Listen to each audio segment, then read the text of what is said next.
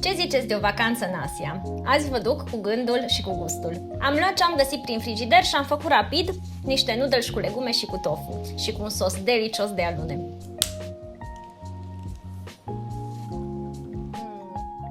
Super bun! Într-o tigaie încinsă călesc legumele. Am folosit ceapă, ardei, apio, morcov și sparanghel. Între timp rumenesc și niște bucățele de tofu. Adaug sare în apă, tăiței de orez. Pentru sos răzuiesc usturoi, unt de arahide, puțin sirop de agave, sos de soia.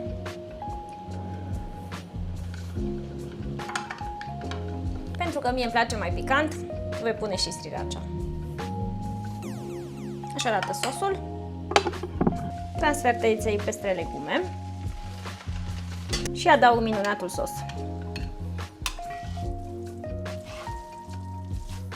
Pe deasupra puțin tofu prăjit și semințe de susan.